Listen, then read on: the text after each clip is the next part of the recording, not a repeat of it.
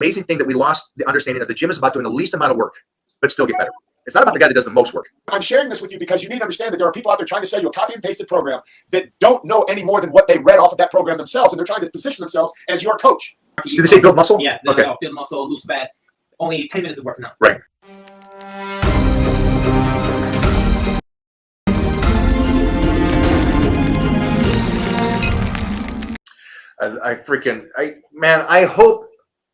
I hope you could listen without going to what your cup was filled with before this discussion. And again, it's a beautiful Bruce Lee quote, is that he can teach no man that their cup is full. And today, I do believe a downside, there's so much more benefit of social media than there is the downside. But one of the downsides would be the cup is too full.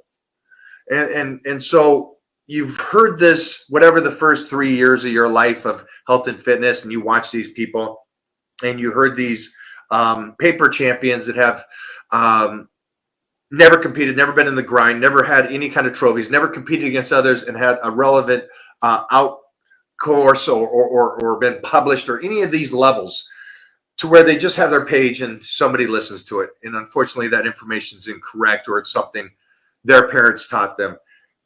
So the cup is too full. You're going to miss everything he just put out there. There's a thing called diminishing returns. And that's basically, if you're going 8 to 12 and you do it for the whole year, it's going to be less. If you're doing cardio January 1st, by December 31st, there's a huge diminishing returns. And so that's the change of all this stuff. I hope you guys listen to him.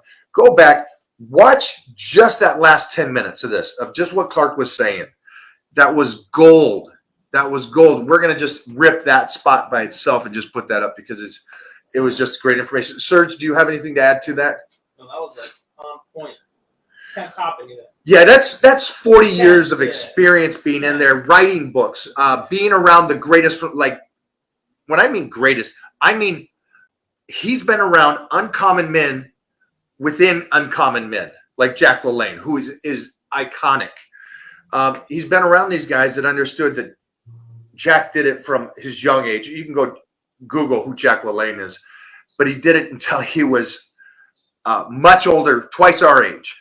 So there's a thing to this where I would like just to add that rep range really does leave. It does leave after your 20s and 30s because you learn how the body works for you and what your rep range is. But also there becomes a point of how much or how little can I do in the gym and still get better? How little can I do? And I don't know where, again, this goes back to your statement. Serge said something today, and he said on social media, you get these guys go, I'm a beast in the gym. I'm a savage. Every workout I go to fatigue. Every workout I'm a badass. Man, it's an amazing thing that we lost the understanding of the gym is about doing the least amount of work, but still get better. It's not about the guy that does the most work. I'm a master at that. You know, people, there's a running joke in the gyms that I go to with people at the front desk. They see me come in and, you know, they have no idea what my resume looks like, and it doesn't really matter until this conversation comes up. So at some point they're like, oh, this guy has been in the fitness industry for a long time. You know how, you know, just people start talking, and I'll leave, and they have this expectation because I am who I am and I've done what I've done and I've been on magazine covers and I still am to this day, that I'm in there just killing myself for 2 hours. And when I leave in 20 minutes, they're like, are you done already? And all I do is go, do I need to do more? And walk out. And they're like, is this the most arrogant person on the planet, or has he figured something out? And the truth is a little bit of both. You know, it's something you said about the cup. One thing I do with most guys I work with is I help them unlearn what they fought so hard to learn for online. They're searching, they're Googling, they're anxious to get these answers to questions. And then they're filled up with keto, intermittent fasting, morning fasted cardio, all this stuff. I'm like, stop the insanity. I want to shave my head and become a woman and be Susan Powder and relive that 90s infomercial, which you remember. Stop the insanity. People, Slow down. It's not that damn complicated, man. It's yeah, you got me fired up. This is like my third podcast today and interviews, and I'm fired up. I'm gonna go do something crazy. No, I love it. You just got so much knowledge here and passion for it. So we're both on it. Serge, take us through the young culture of today and what they're learning from social media. Ooh, yeah. Well, damn. There's a variety of things. It all depends on which route you're taking. Like, HIT is a huge route. How people are marketing high intensity training as a way of getting bigger and leaner at the same time. Which Did they say bigger? Yeah. So like, well, they don't specifically say it, but they market you. Did they say build muscle? Yeah. They're Okay. like, oh, build muscle, lose fat. Only 10 minutes of working out. Right. Okay, which is like, so you see this, but then the average Joe that sits on their couch all day thinks, oh, if I could just, I can get shredded in 10 minutes, so I could just do this for 10 minutes and hopefully these results come in. And then no results happen within the first 3 or 4 weeks, so then obviously They're done. Yeah. Then you have people that are skinny fat that angle photos a certain way that makes them look shredded or big. And then they sell you their training, which is something they just copy and paste off of bodybuilding.com, and then think that that's going to be a way of. It's probably Mike's program. Yeah, honestly. Bodybuilding.com. So it's just like it's everyone trying to sell you a fake routine and sell you this dream that if you follow me and buy my program, then this is going to be the only way you can get my physique. Sergio, that's a good point. Mike, let me say something real quick. Yeah, So this morning I got up like I normally do. I had a call with someone pitching me this morning on a sales protocol to sell my high ticket coaching. That's what I do now. And I wasn't going to take it, but for some reason I said, I'm going to listen to this guy. So he booked out an hour. I'm like, I'm not listening for an hour. He's got 15 minutes. And it really took me 5 seconds to realize that he was doing exactly what you just got done saying, Sergio. He presented me in a way that I could 100% see behind the curtain into the training he got to try and close me on this program that he was trying to sell me. And I'm sitting here like, does this guy not know that I know exactly what's happening right now? I know the sales pitch. I see the process. I know why you have these words highlighted in red. I know when you get to the close, you're going to stop and sit there and shut your mouth. So I want people to understand that you need to be aware of what you're being sold by whom it is trying to sell you. And that's what Serge just said. There are a lot of people out there perpetrating a fraud, copying, pasting Mike's program, bodybuilding.com programs, wherever they get it from, but they don't have the time in the trenches. They've never really worked with anyone. And I asked this guy at the end of his presentation, I said, why would you show me 7 case studies of 18-year-old trainers who don't have a resume, who are only making $10,000 a month with your program? You think I'm interested in hiring you to help me make $10,000 a month, bro? If it ain't $10,000 a day, I don't want to talk to you. Woo-hoo! So I'm sharing this with you because you need to understand that there are people out there trying to sell you a copy and pasted program that don't know any more than what they read off of that program themselves, and they're trying to position themselves as your coach. Drop mics everywhere. That's worth the freaking price of entry. Look at him. Look at him. I like you fired up like this. Gosh darn it. Excellent. I think a good trainer should be able to explain to you what's happening before he tells you what to do. With that, I see what you're saying. You know? But I'm amazed on these kids that are out there today talking about training. They are articulate. They sound they're great. I listen to them. I go, that sounds beautiful, and I can see. Man, somebody sent me something the other day, and this freaking 16-year-old kid was talking about shoulder press and how you shouldn't do this and you should do this. And I'm sitting there going, wow, this kid's good looking. He's articulate, and he spoke really well.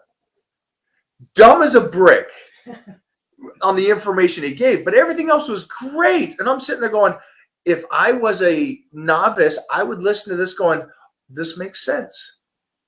And it's a crazy thing thinking that he's 16 years old. It's like, this is where social media has led us to where if you are articulate, you can talk and you can do it, you're sold, you're good. And that's a harsh reality of it. But listen, I've been always one to believe that if you have something that people like about you, go out there and do your thing, kid. That's a great thing. I don't think, and Clark, I think you'll agree with this. We have never been fans of the guy that could win but couldn't teach, or he could win but he was so genetically gifted and anything. He goes in, do you do biceps? I don't do biceps. My biceps are just like monstrous. Mhm. Well, then you really can't teach the average Joe. And so we've never been fans of that. So there's the both sides. I want you to be able to articulate it, study it, apply it to yourself, make it work, and then apply it to people that are not genetic freaks, that are overweight, that do work a lot. Bryce, can you make somebody like Bryce in shape when he doesn't have the time, he doesn't have the genetics, and he works like a mad dog? So I'd love that whole aspect of that stuff. He's a great student to have, though, too. Not everyone's going to put in the work that Bryce does. Yeah. But, you know, I understand what you're saying. I want everyone to go on YouTube and type in Johnny Bravo, all right? It's going to bring up a Brady Bunch episode for you that Greg Brady fit the jacket.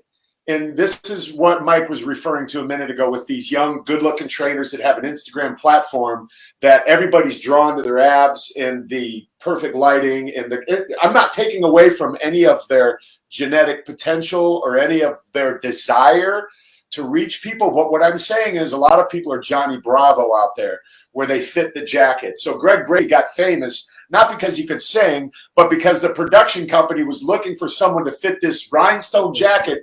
You remember that? But wait a minute, Johnny Bravo was the cartoon, and he's talking about the Brady Bunch. Yeah. Was the Brady Bunch in a cartoon with Johnny Bravo? No, it wasn't Johnny Bravo. I'm sorry. It's Brady Bunch. yeah. It wasn't Johnny. Okay, Google. Brady Bunch. But I see your point. The point was that he fit the mold, but he couldn't do it.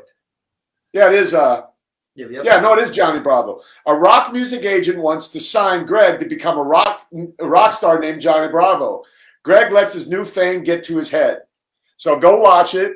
All right. It was Johnny Bravo.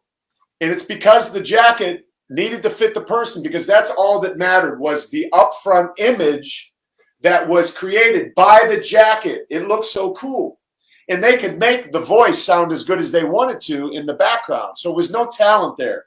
So there's a lot of those harlequins in this industry. So how do we solve it then? But he knew. We solve it by vetting people out. Like, look at someone's resume. But how do you vet them out? Because like I said, this 16-year-old, good looking, charming, had a 16-year-old body. But well, look at their clients. Are they training 16-year-old kids who are going to naturally just get in shape because their freaking body is on fire? 16, right. Or are they working with people who are the Bryces of the world, who don't have the genetic potential? What can you do prior to that? Because you don't know their clientele. So what could you do prior to that? One thing I learned in school was anytime you're reading a scientific article, a journal, anything, do your due diligence. Who wrote the article? Who funds the company? Yep. Lobbying. Do all that information, then read the article, and then you can make an informed decision based on those. See, I think that's what he was just talking about is something that nobody did on fasted cardio for years and years and years. Yeah. And then they go and find out who did they do the testing on? Well, it was bike riders. Okay, who was it? It was long distance. The 10-speed guys, bike riding. Well, that's who you did the testing on for fasted cardio and how beneficial it is. And then all those kind of studies were after the fact. It wasn't before. And so I think Jeffrey's point there too, it's like any of the research is what was the research done on? What was the age group that it was done on? What were they, even like they do these tests today, like, we did test with creatine. Well, who'd you do it on? What was it? What was the demographic? What was the age? So I agree with that. But that's tough to do on social media. Yeah.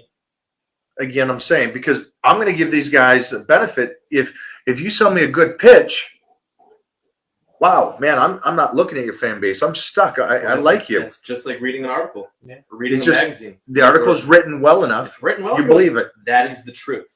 I don't care if it's the Washington Post. I don't care who owns the Washington Post, and I don't care who's funding them. Yeah. Because I'm hooked on that article now, and I Or- believe it. Too many people. So who's fake news out there? That's what we're trying to get to the bottom. It's all about the fake news. Yeah.